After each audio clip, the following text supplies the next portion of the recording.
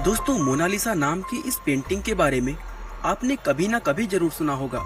अगर नहीं सुना तो हम आपको बता दें कि दुनिया में आज तक कोई ऐसा पोर्ट्रेट नहीं है जो मोनालिसा के जितना फेमस हो, और ये जितना ज्यादा फेमस है उतना ही ज्यादा रहस्यमय भी है। मोनालिसा की इस पेंटिंग की सबसे रहस्यमय चीज इसके मुस्कान को माना जाता है, क्योंकि अलग अलग एंगल से देखने पर उसकी ये मुस्कान अलग अलग तरह की नजर आती है। दोस्तों, इस पोर्ट्रेट से जुड़े ऐसे कई रहस्य हैं जिनका जवाब आज तक वैज्ञानिक भी नहीं खोज पाए हैं, और आज की हमारी इस वीडियो में हम आपको मोनालिसा से जुड़े उन्हीं रहस्यों के बारे में बताने वाले हैं। तो चलिए दोस्तों, अब बिना कोई देर किए इस वीडियो को शुरू करते हैं। दोस्तों, दुनिया में सिर्फ कुछ ही लोग ऐसे होते हैं जिनके मरने के बाद भी उनके कामों के लिए उन्हें याद किया जाता है। दुनिया में मौजूद मोनालिसा नाम की ये पेंटिंग इस बात का एक जीता जागता उदाहरण है, क्योंकि आज से लगभग 500 साल पहले बनाया गया ये पोर्ट्रेट आज भी लोगों के दिलों पर छाया हुआ है, और इस मास्टरपीस की वजह से ही आज हम इसको बनाने वाले महान कलाकार लियोनार्डो दा विंची को याद रखते हैं। दा विंची द्वारा बनाई गई ये मशहूर पेंटिंग फ्रांस के लुवेरे म्यूजियम में रखी हुई है, और दुनिया भर के लाखों लोग हर साल इसको देखने के लिए इस म्यूजियम में पहुंचते हैं।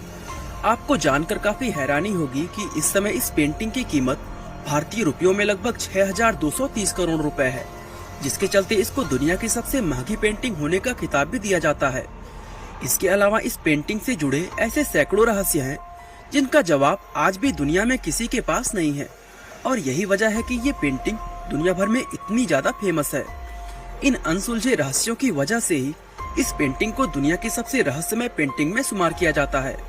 लेकिन इन रहस्यों को जानने से पहले हम इस मास्टरपीस को बनाने वाले महान कलाकार लियोनार्डो दा विंची के बारे में जानते हैं, क्योंकि ये इंसान खुद भी अपने आप में किसी रहस्य से कम नहीं था।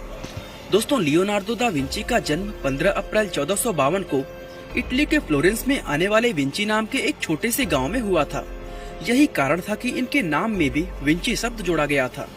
लियोनार्डो दा विंची अपने समय के एक महान चित्रकार, आर्किटेक्ट, म्यूजिशियन, मैकेनिकल इंजीनियर और साइंटिस्ट थे।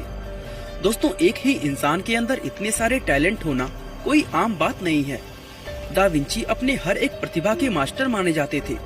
यही वजह है कि आज भी उन्हें उनके टैलेंट के लिए दुनिया भर में जाना जाता है, और साथ ही उन्हें इतिहास के मोस्ट इंटेलिजेंट लोगों में शुमार किया जाता है। उनके टैलेंट का अंदाजा आप इस बात से लगा सकते हैं कि दा विंची एक ही समय पर एक हाथ से लिख और दूसरे हाथ से पेंटिंग कर सकते थे। इन्हीं सब वजहों से उन्हें दुनिया के सबसे महान व्यक्तियों में शुमार किया जाता है।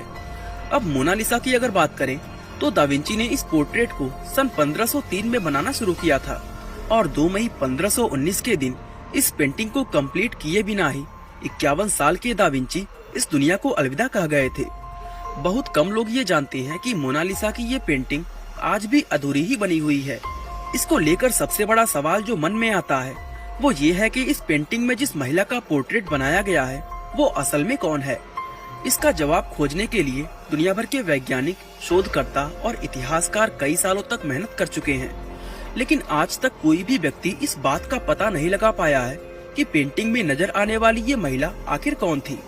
हालांकि दुनिया के कुछ इतिहासकारों का मानना है कि इस पेंटिंग में जो औरत है वह लीसा घेरार्दिनी है, जो असल में फ्लोरेंस की रहने वाली एक इटालियन औरत थी, लेकिन इतिहासकारों का ये दावा आज तक साबित नहीं हो पाया है। इसके अलावा कुछ लोग ये भी कहते हैं कि मोनालिसा की पेंटिंग असल में दा विंची की अपनी खुद की तस्वीर है। इसका मतलब यह है कि उन्होंने इस पेंटिंग में खुद को एक औरत के रूप में दिखाया है, लेकिन ये बात भी कभी साबित नहीं हो पाई, और पेंटिंग में नजर आने वाली इस औरत की असली पहचान हमेशा के लिए एक रहस्य बनकर रह गई। दोस्तों, यूँ तो दा विंची अपने समय के एक बेहतरीन लेखक माने जाते थे, लेकिन उन्होंने अपनी इस पेंटिंग के बारे में कभी कुछ नहीं लिखा, और यही बात लोगों को काफी ज्यादा हैरान करती है। बहुत से लोगों के मन में ये भी सवाल आता है कि अगर दा विंची इटली के रहने वाले थे तो उनकी ये पेंटिंग आज इटली की जगह फ्रांस में क्यों मौजूद है। असल में दोस्तों, सन 1516 में फ्रांस के राजा किंग फ्रांसिस I के न्योता देने पर दा विंची इटली से फ्रांस आ गए थे, और चूँकि इस दौरान वह मोनालिसा को पेंट कर रहे थे, इसलिए वह उसको भी अपने साथ ही फ्रांस ले गए। इसके बाद उन्होंने सन 1519 में अपनी मौत होने तक फ्रांस में रहते हुए ही इस पेंटिंग पर काम किया था।